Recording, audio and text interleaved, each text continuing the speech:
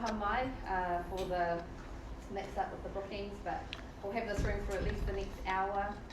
If we do run out of time for kai afterwards, we'll head over to the tea room and have our kōrero kai there as well.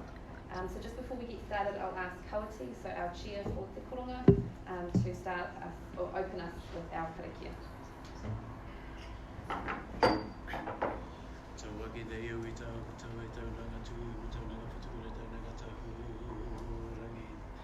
Tēnei tua o te turuki atu nei, tēnei tua pēr te whānau atu nei, tēnei tua tau ura te whakapau atu nei ki tō ora ko tō ora ko tau koro. Ko tō marawangu ha ko tau mara, ko tō marawa pore ko tau mara, ko tō marawa nui ki tau mara, ka whakapau atu ki tēnei tawe i o matua.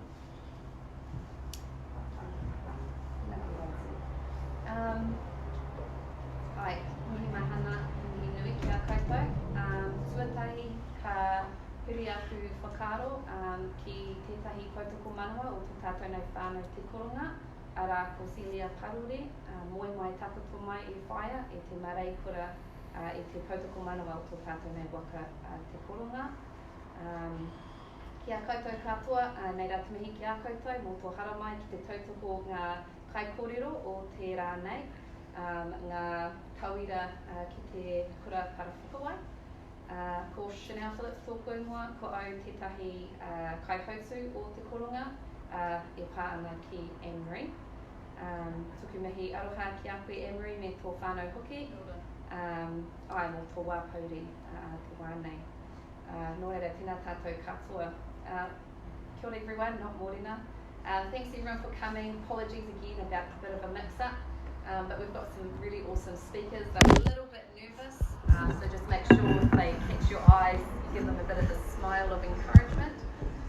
So we're really fortunate here in Te Koronga where we've just started to grow some of our undergraduate students now coming through. So over summer we are fortunate to have 4 summer research internships, and these are the 4 here that I help supervise.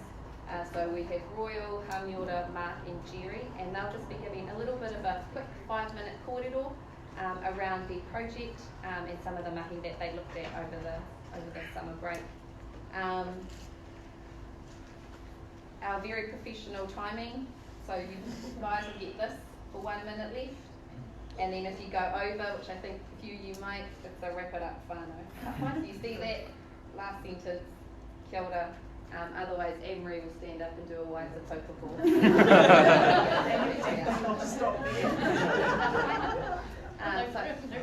I'm mai hoki mai whānau, and if you could all put your hands together for our very first speaker, Royal Hepe no Ngāti Mani o Poto ia, and his kōrero is looking at the benefits of the Te Ao Maori curriculum for youth in primary education, and some of his mahi looked at looking at some of his koro's health models. And the relationship that the kōrero within those models could have in a tertiary or in a primary education context. Ka pai.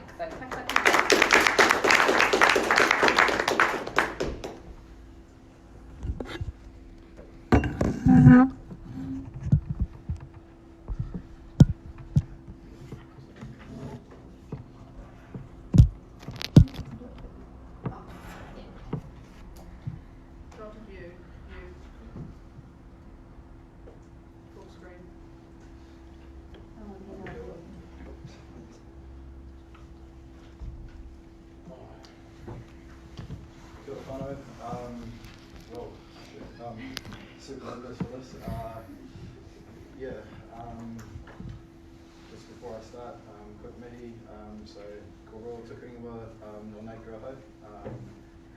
Ke Ngāti Mani o Poto me Ngāti Uanui o ke iwi. And just a bit short.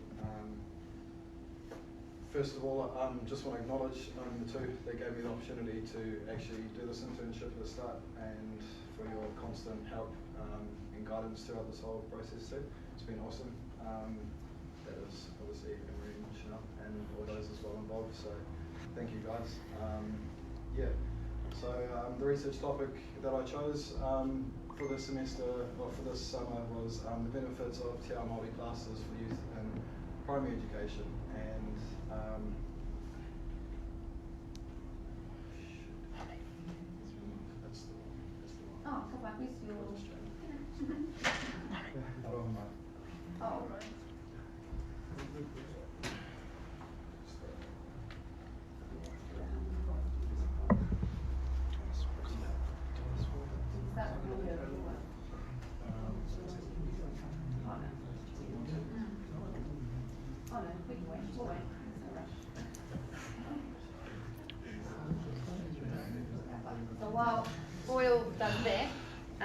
I know you guys are all hot, so it's pretty hot in here, but I'm going to make it a little bit hotter.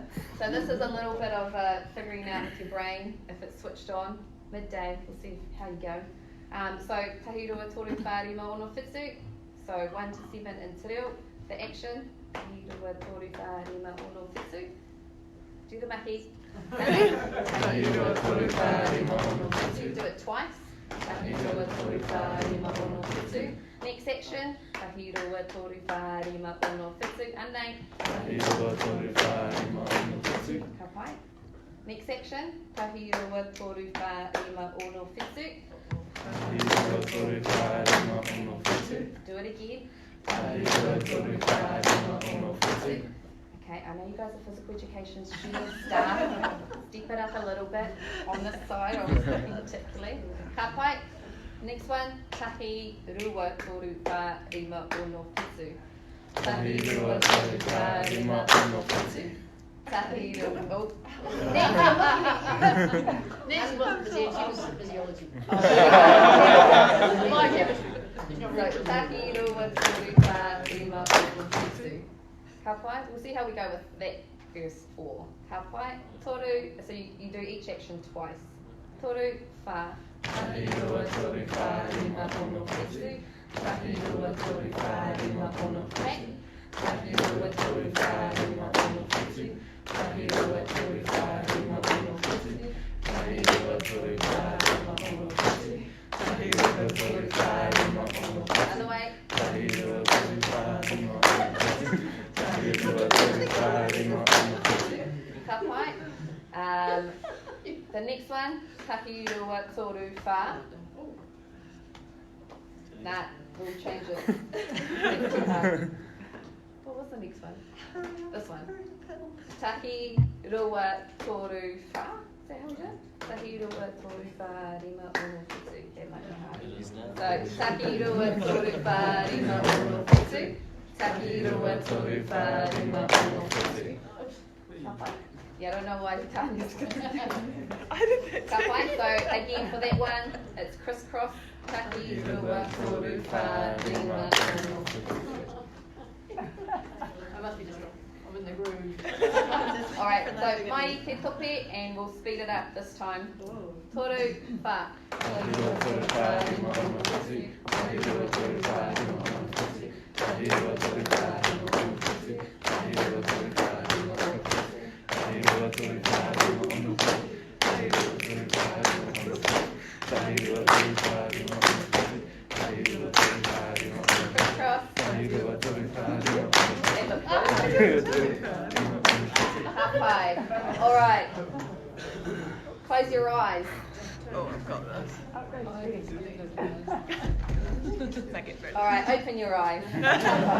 Alright, so ko mai te pakipati anō for oil.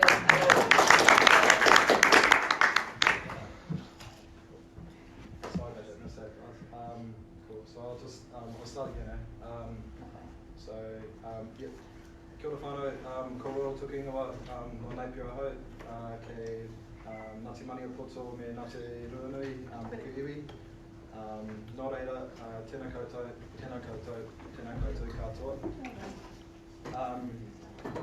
Just like the last time, I'll just want to give my acknowledgements to Anne-Marie and Chanel again for giving me this position this year, this summer, to do a research internship with Koronga, and for your ongoing support and help. It's been awesome, guys.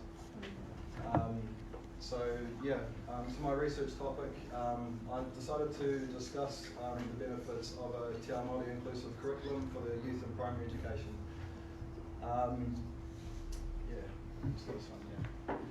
So just a little bit about me. I was born in Napier, raised by my grandparents until the age of 7, and moved to Ireland because my dad decided to marry an Irish lady in '97, and off we went. 18 years later, I came back to study here in Dunedin, plays a bit of a crucial part to this whole topic for me is growing up in a certain culture and environment and moving to another environment and having, broad perspective on things when it comes to social, cultural diversity and whatnot, especially here in this country. Since coming back into the education system here, I've noticed a couple of things that I guess I will be discussing a little bit later in this slide. So, yeah, the benefits of a Te Ao Maori curriculum. So, I'm fortunate enough at the moment to have a grandfather who isn't here with me at the moment, but he's left some taonga that I've been able to implement into this research internship. And one of the, I guess, articles that was written about his work as a drug and alcohol counsellor was his unique way of opening up another door, another reality, I guess, and his unique mechanisms that he would have used to work with both Māori and Pākehā clients alike. I guess to elaborate a little bit on that would be, I guess, Māori philosophies mixed with, I guess, more of a Western perspective on things and how we can find a bit of a common ground between the two. So, yeah. Why the youth in primary education? To me, the youth are super important. I guess that's the first proper schooling environment that they're put into. So what they learn and how they learn, I believe, is a very important period and a very important time of their life in relation to education. So that is my reasoning behind it, but I'll also elaborate on another reasoning which has to do with some of my colleagues' work in a couple more slides.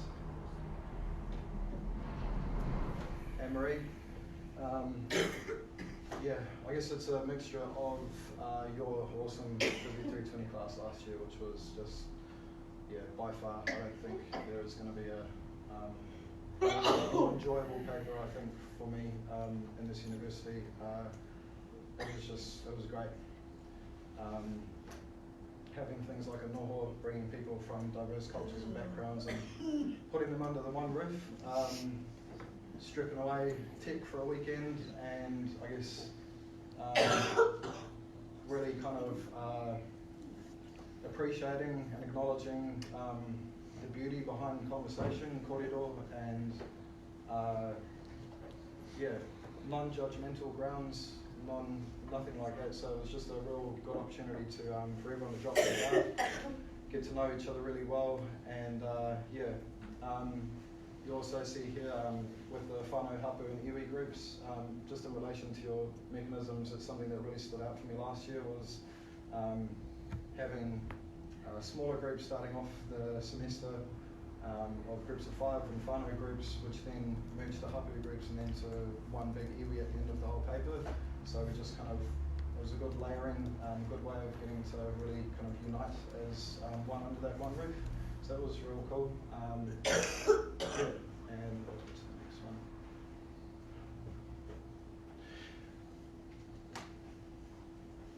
Ngatoro.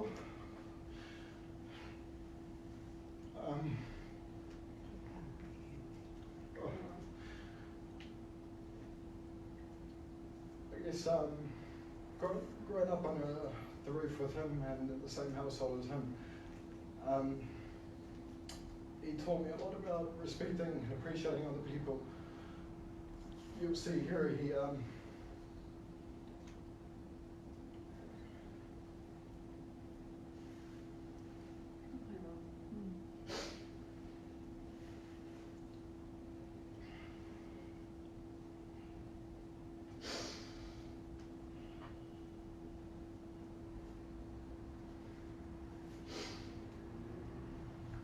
in the first paragraph that he was sent to work for a Pākehā dairy farmer at the age of 10,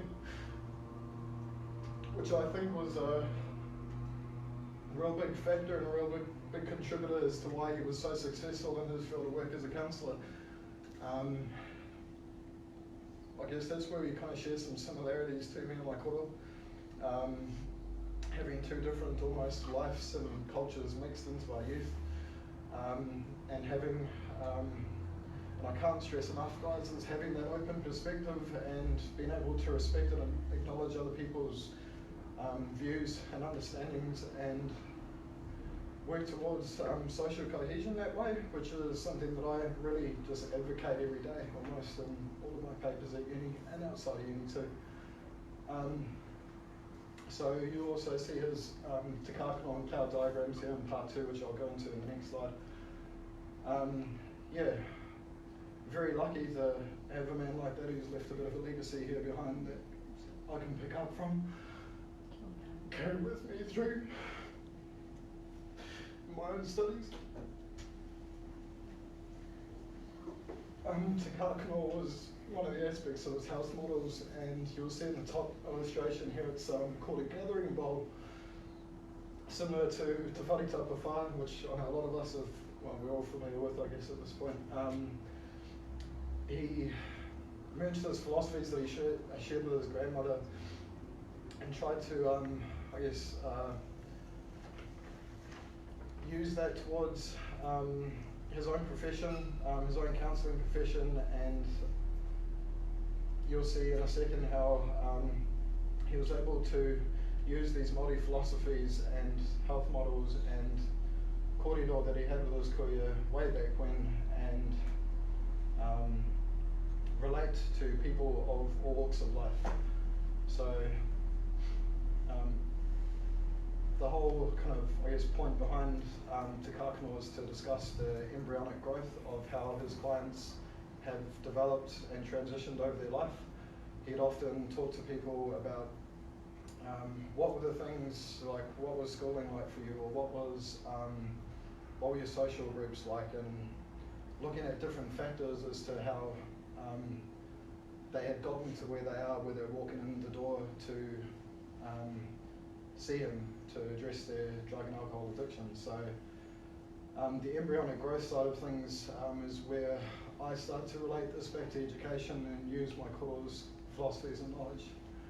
I talked about the primary schooling and how that's important, and it's the first basis of real full-on education, and I like to view each and every individual who's going to be walking through the doors of primary schools and almost metaphorically looking at them as a kākano, looking at them as the embryonic growth, and making sure that the nourishment and the nutrients that they feed off in the primary education system in particular, and how, we'll say, curriculums and practices that are in place right now aren't necessarily giving everyone an equitable chance to, I guess, achieve academic prosperity. The cloud diagram is something that he used further down the line, where he would have talked about parents and how the immediate environment that they had for their children would have also been a contributing factor as to why they were where they were. And once again, we can use these for certain people like us and the older people at the moment, and discuss how where we are in state education curriculum, the opportunities that we saw as kids, and use health models like this and being able to apply them to education.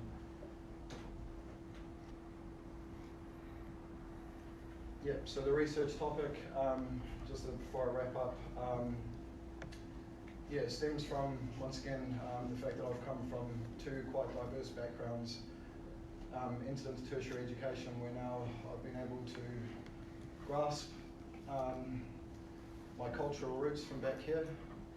I've also been able to acknowledge and hold true to some of the philosophies and ways of life that I would have also had back in Ireland, and trying to merge these health models into something that I believe I can propose a solution for the contemporary state education curriculum. And so, just back to one of the other slides about how I guess secular science and sacred art are kind of merging themselves together, and I think that that's a very, very important thing for us to move forward in order for everyone to achieve an equitable outcome in their lives. So yeah, that's it, guys. Shit, this is like pretty new to me, and I hope I got my point across okay for you. And yeah, thank you very much for listening. And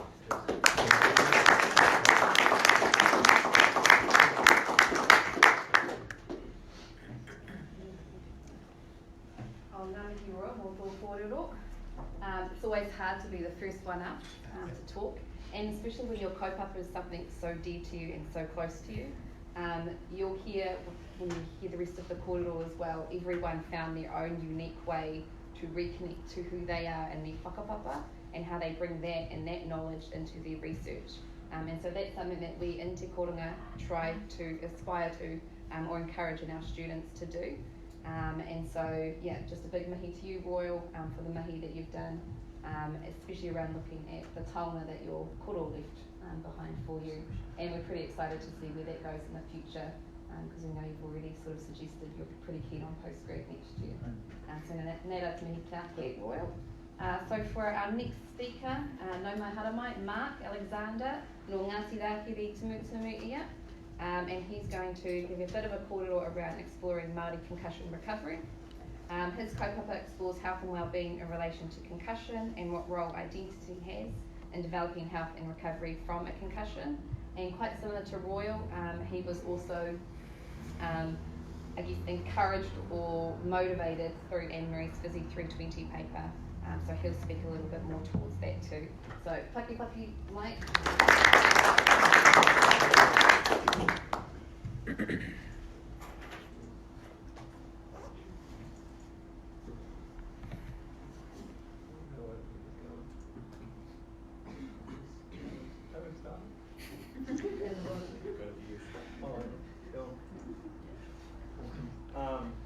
My slide's pretty basic because I kind of just wanted it to go more through the pictures as so much of, and hopefully come through my talking more so much than the reading. Kia ora, ko Tainui Toka, ko Ngāti Rākiri Tumutumu Taku Iwi, ko Manahuku Ahau, ko Mark Takuinga. Firstly, thank you to MJ and Chanel for the opportunity to do this summer internship. It's been a real pleasure and opportunity for growth, and just very thankful. And thank you for always marking my things when I send you late at night and giving me all the feedback. And also, thank you to these boys here. Even just when I see them in the gym, oh, how's it going? Just thank you, everyone. Yeah, so my summer internship was exploring Māori concussion recovery.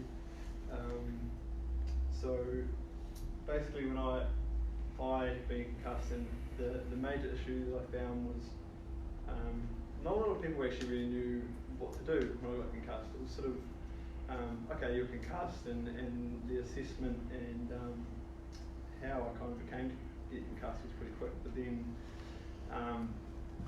every single time each time I got concussed 4 times just through sport. The doctor would just go, oh, just go home, sleep, and I was kind of like, oh, like, okay. And then once third and fourth time I got to go on a machine that would I'd have to stand and the floor would move because they wanted to make sure, just because I've had previous ones, that I was a little bit more onto it in terms of what my brain was up to. But it didn't really, for me, it just, like, nothing else mattered apart from my brain in terms of physical. They never considered my mental health at all, or really just anything other than just oh, your brain shaked inside your head and that's all. So, so that's kind of basically kind of how I then wanted to reflect on my own journey through concussion and sort of try to give some insight into maybe some future people who have concussion and how they can help recover from it better. So this is a picture of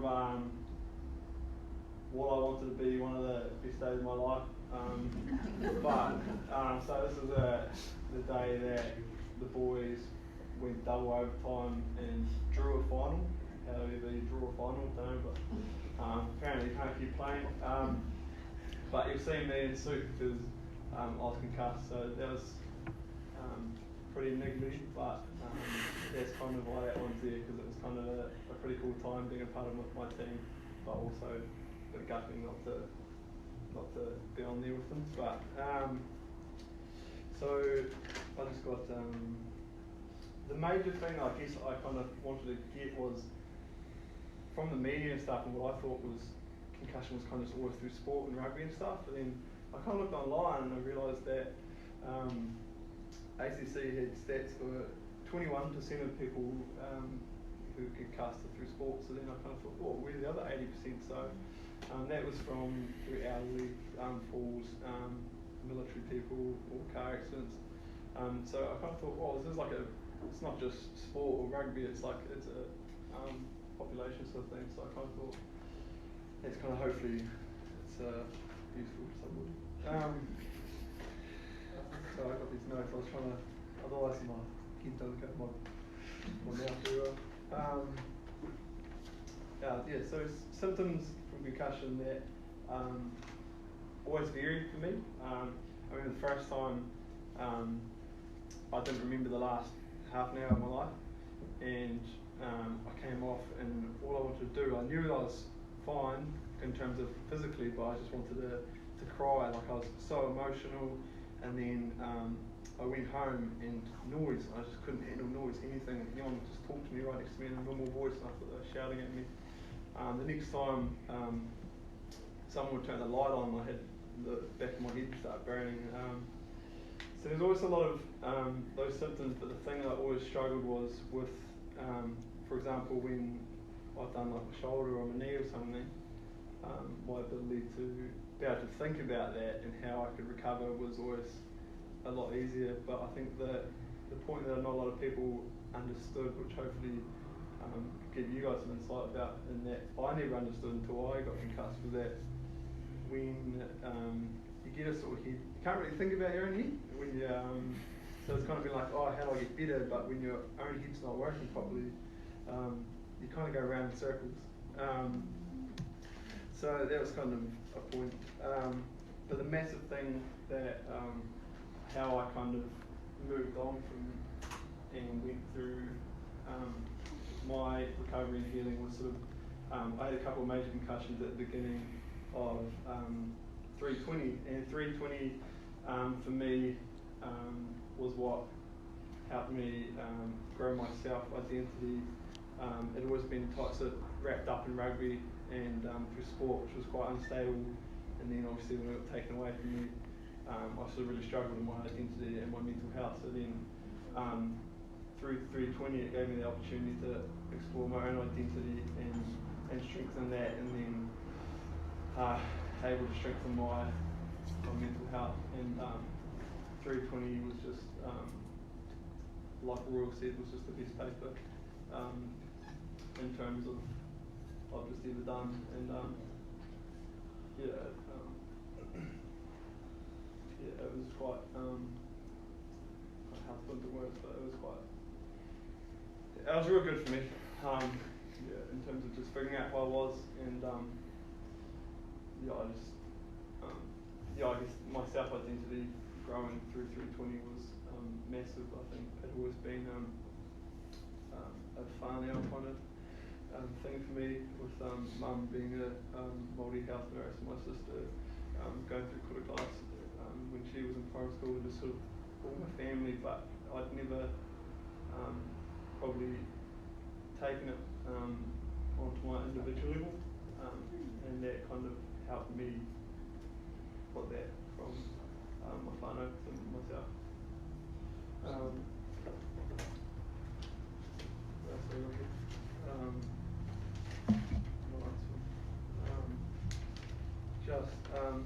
Moving forward, I've also been thought about where I was going in terms of how my mental health, like my whole, in terms of Te Kapa Haka, the only thing that really held my health together was my family and my whanau. And then I now sort of began to explore my identity and strengthen that. It sort of brought up that mental health, and now I'm just sort of looking at my wairoa. I've sort of realised that you really need to push for myself about to speak today. Sort of begun that after 320. I just did a summer school paper, and now I'm sort of just trying to take those steps and give myself a goal to be able to, by the end of my next degree, by the end of 2021, to be able to be pretty, which is like 3 years, but like a way to get better. I think that will really help solidify my own self-identity and growth. And I guess the major thing, hopefully from people can take away from it, is that just if maybe someone gets concussed, just be aware that it's not just the sore head. It's like the social isolation that you get, because you're like constantly told to rest, so you're in bed trying to sleep and turn all the lights off, but you get quite isolated from your friends and your whanau, and just being aware that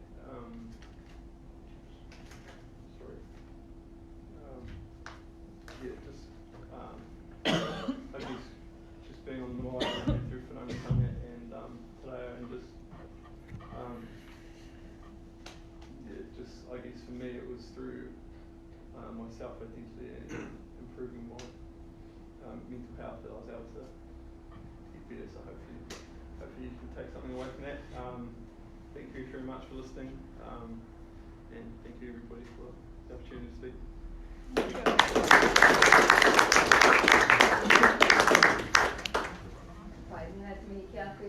Pūkōrero, Te Ahiahi nei. And as you would have heard, yeah, really awesome to hear how a paper like Physics 320, particularly around the focus around identity and even te reo, could help in a context probably a lot far broader than we could have even imagined, such as concussion recovery. So that's a really awesome space that Mark's starting to look at and unravel a little bit further. So our third speaker, Hamiora Ngatoro, tēnā koe, no Te Whanau Apanui ia. And his kōrero, haere ki uta hoki ki kai, looking at pūrākau and Whakapapa from Te Whanau Apanui. Tēnā koe.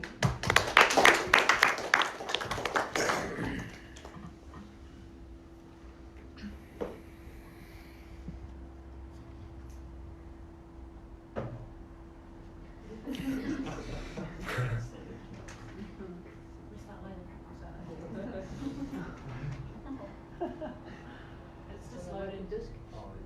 Remove the disk. Oh, how much is on your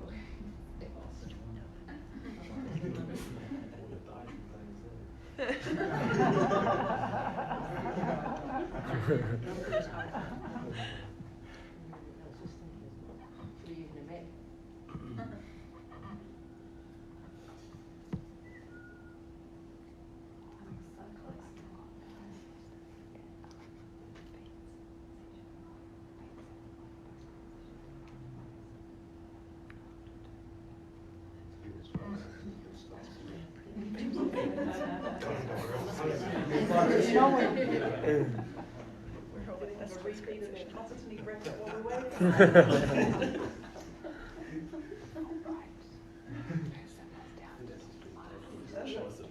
Yeah.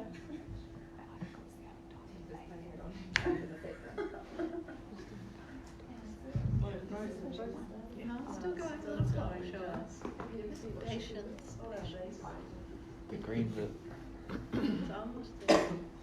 Oh, just before I start my kōrero, can I get everybody to stand up? I think 60. I'll explain why. A little bit later. Well, I want you to do that.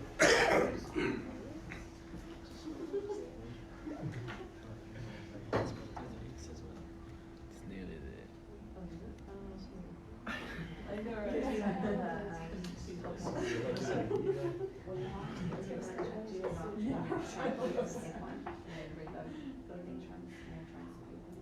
Yeah, Kapa. pop-up whānau. So we're going to introduce our next speaker, Jerry, and he's going to give his kōrero, and then at the same time I'll try and sort out the PowerPoint presentation. Ka pai. So Jerry Golefa, Samoan, and his kaupapa is actually really awesome, understanding tapasa, so one of the Pacifica pedagogies, and so looking at Pacific student success and what that might look like. And then I know that's a direction that the School of Physical Education is starting to move towards as well, is how do we support not only our Māori students but our Pacifica students as well. So, oi mai, hara mai, Jerry. Tēnā koe.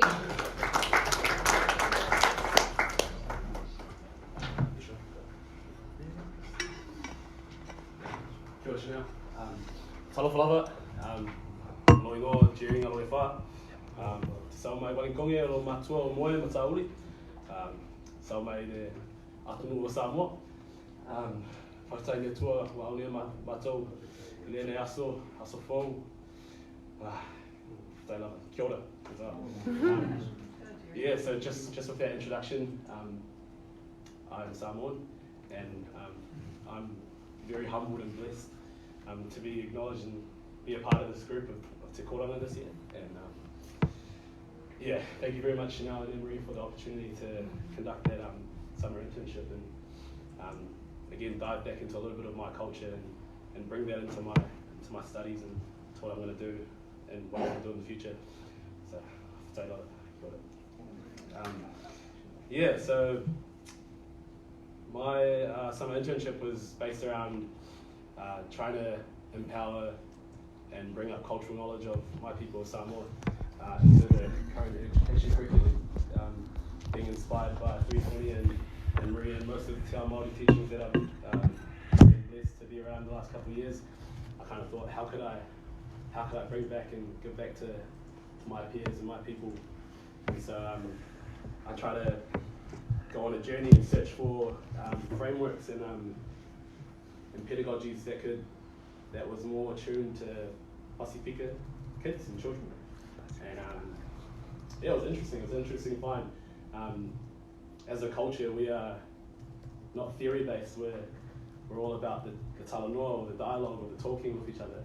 And so that was pretty much the one thing I came away with the whole tapasa reading was that you can have this framework that's all about cultural competency and how you can interact with students, but unless it comes from a place of genuinity and understanding of who they are as a person and their culture and their backgrounds, that's how we build meaningful relationships and how you get people of different diversities and backgrounds to jump on your kaupapa and try to further themselves in education.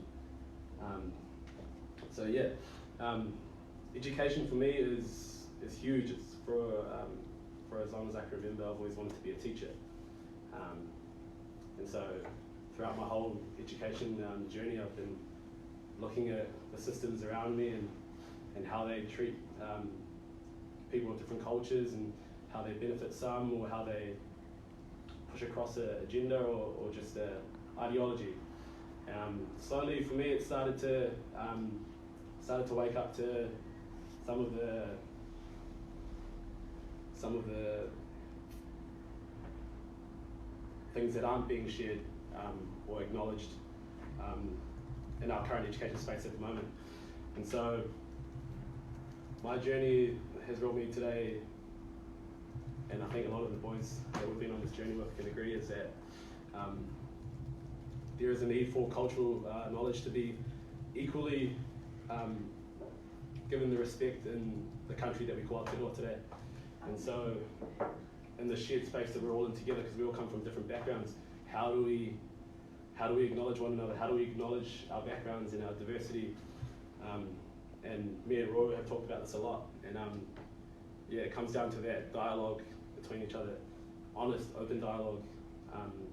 No matter if you're a teacher teaching your students, there has to be that level of respect and openness to any sort of background, because education for me is not how you leave my classroom and make your money and look after yourself that way. It's about how you leave my classroom being a better person and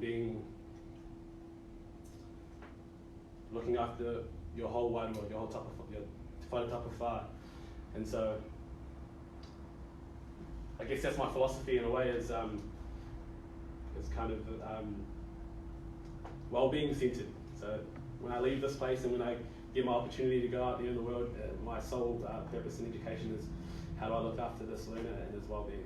And I've been blessed to have my cultural knowledge and Samoan values that I can bring to that table as well, but also the awesome teachings of Te Ao Maori, and also the beauty of, and it's the beauty of the Western civilization as well. They bring something to the table too that we should acknowledge. But yeah, just bringing in cultural knowledge from all backgrounds to look after our well-being is what I've been doing this summer. Kia ora. Thank you.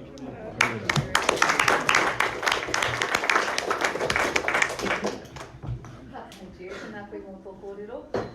And something that Jerry probably didn't have an opportunity to say, 5 minutes, really short, is the mahi that he was doing with Gay McDowell, so an ex-Te Koronga student, and I don't know how many years she did over at Teachers College.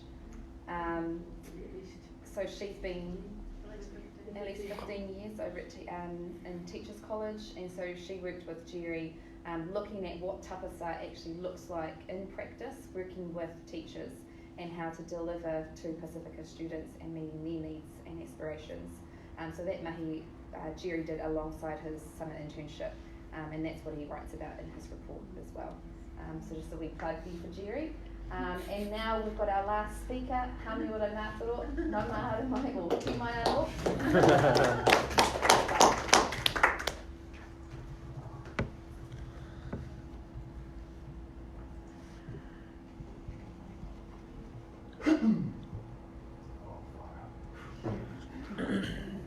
Taku mana i, taku mana Māori, he mana Māori motu hake, ia kei ho mai rā, ia tō i te uatahi, mo tātou mai tā whiti, te au ripo, te au taha, hine hao whenua, nā nako hine kaewa, o muturangi. Ko tāne pawhero ka moi atu ariki heke mai rai tama te kapua. Nā nako iahu waka puta mai rako tirirangi. Ka mai aronga mai huatahi heke iho mai raporu ariki. Ka pūta ko te huti, ka pūta ko te wera, ka pūta ko te haua, ko Apanui. Tuatai, tukuna mi ki tō tātou kaihanga. Nānani ngā mea katoa hanga. Sika ngā me whakanui e tōna ingoa tapu. Tuarua, ka mi ki te whare e tū nei, ki te papa e tapu tō nei, tēnā kōrua, o tā wharautia nei a tātou i tēnei rangi. Tuatoru, ki te hunga mate, ko whiturangi tia, haere o ki atu. O ki mai ki a tātou te hunga ora, tēnā koutou, tēnā tātou katoa. Kauri. Yeah, far out there. 100 miles an hour, so you know, get a little bit off. Ko e au, whanaka o te maunga, te keru te awa, te maunga ora o te marae. Te whanau kai o te hapu, te whanau Apanui te iwi, ko mātātu o te waka, ko Hamiora Ngatoro o tōku ingoa. Alright. Kia ora whānau. So that little activity I got you fellas to do before, it had a purpose. So one of my great uncles, Whakapapa, he told me that one of the best things of a speaker is the ability to move people. So yeah, in the physical sense, we achieved that, but hopefully my Pūkōrero will take you on a little bit more of an adventure. So yeah, thank you all for participating in that. Ka nui te mihi kia koutou, katoa, ko tae mai, i te rangi nei. So thank you to everyone that's here today to have a listen. Hopefully I don't bore you fellas, and hopefully you take something from it. So yeah, I'll just get straight into it. So yeah, my over the summer, my internship was involved in me going back home and confronting a lot of mamai, a lot of whakama, because I was away from home for about 2 years, and you know that was on me. You know, I chose to stay away from home for that long, and I was afraid to go back and confront that, because you know, nobody likes getting a growling from your uncles, nobody likes getting a growling from your aunties, but the worst one is when you get a growling from your mum.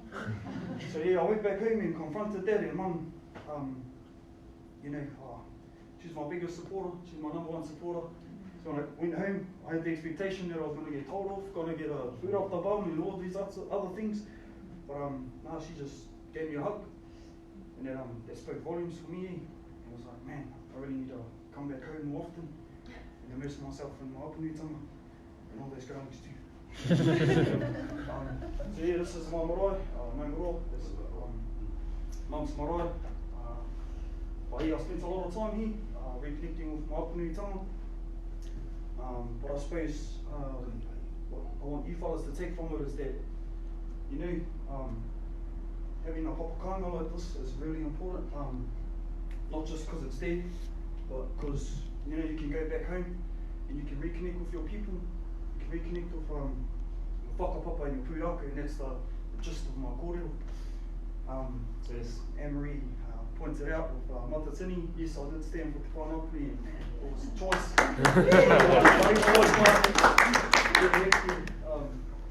But not just the tū, it was more so the process. So I dived into Kapa Haka, and I showed up to the 4th practice, and after that there was to take no more people, and so I said, oh shit, you know what, I'm really going to give this a go. And it's been 2 years since I come home, and you know, man, like, I really want to immerse myself in my Apanui tanga, so I thought, what's a practical way of doing it, of living out pūrākau and Whakapapa, and I said, man, let's just do Kapa Haka. So yeah, dive straight into it. I'm probably going to talk about the whole process because again, a limited amount of time, but I was nearly kicked out of the ropu because I showed up late to one practice, and that's all it took. I don't know if you fellas you've done Kapa Haka before, but there's this thing called the 3rd row. The 3rd row is something you don't want to be a part of.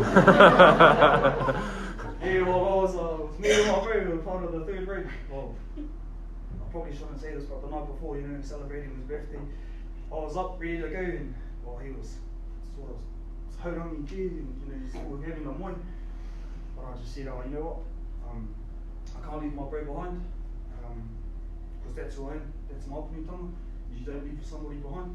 If you go there and get a kōhiti, or someone's going to practice and got to get a kōhiti, or you stand there with your brother, you know. Because when I went on to that stage, it was about unity, yeah. And if I didn't stand with my bro and get those kōhiti, I could have went there by myself. You know, I could have went to practice by myself. But if I didn't stand there with the bro, take that kōhiti, you know, he would have been. I'm not saying I'm the man, but just carried that burden with him. But yeah, 3rd row is not a place where you want to be. So if anybody's thinking of taking up Kapa Haka, yeah, that's one of my tips. I think I already explained that one. But yeah, that's my father's marae, and I was pretty crack up because that's only about 5 minutes down the road from where mum's from. So dad didn't travel very far to find my mother.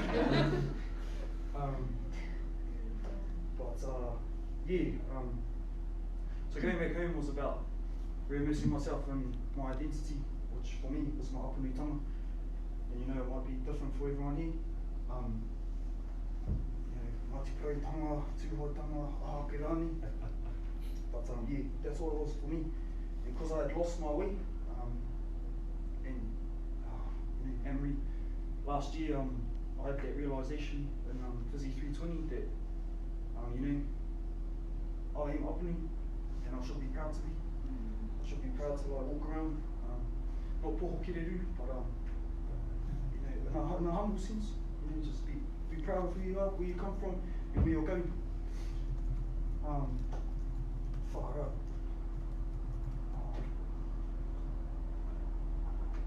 Oh yeah, so that's actually paradise for me. It's on my old day. Me and my cousin got up to a lot of mischief. Got a lot of lessons learned over there too. But every time I go home, I always feel connected. Because a lot of my tupuna walked across this area. You know, I Whakapapa to them. You know, so having physical manifestations of places I can go to reconnect with them, it's like you know, it's a real treasure. You know, it's something that we can lose sight of. And that's taught in the pūrākau. waiata, mō Teatea. Yeah, but yeah, that's what it's like for me. Is that when I go back there, I'm reminded of who I am, and why I do the things I do, why I'm actually here at university. I was actually not even going to do a slideshow, I was just going to kōrero from the manoa, because that's something you can't cheat, and that's another one of the lessons that my great uncle when we taught me, is that if it's on your heart, you can't cheat it. You can't go against it, because it'll always win. And that was a hard lesson for me. I hope you fellas don't have to go through that, and then like take 2 years away from before you decide to go in.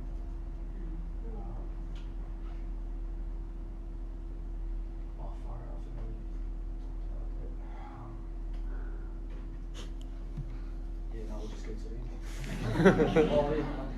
So these are the lessons I learned. Yeah, don't wait 2 years before you return home. And there's no shame in confronting your whakama, because it's a burden and it weighs down a little bit. You feed from it, so when you go into like other kaupapa, like the education system at school, like they keep me back from a lot. So go back and confront it. Oh yeah, they're mine. Yeah, the third point, home are the critics, like they're the ones that'll have your back. So the couple had my back. Even when I was getting top of, I've been doing that. And that last point, so home will always be there, but people won't be. And that was a real hard lesson for me. It's that over the holidays, I really wish that I had spent more time with. There's a lot of people I wish I spent more time with. So yeah, don't wait till it's too late to go home. But yeah, thank you for me.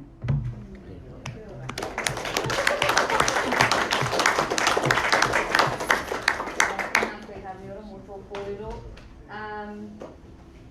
And one of the cool things about Hamiora's mahi that he was looking at was actually looking at specific pūrākau from Te Whanau Apanui and the lessons learnt within that Kapa Haka bracket that they presented at Matatini. So whānau, that's all the time we have with the awful double room bookings, but what we're going to do is I'll get our Te Koronga crew to grab the kai, and we're just going to follow Jacinta out into the tea room, and that's an opportunity to just have a little bit of a kai, and if you did want to have another kōrero, ask some questions of our speakers. So I tēnā tātou katoa for coming here and supporting our young speakers today. So tēnā tātou.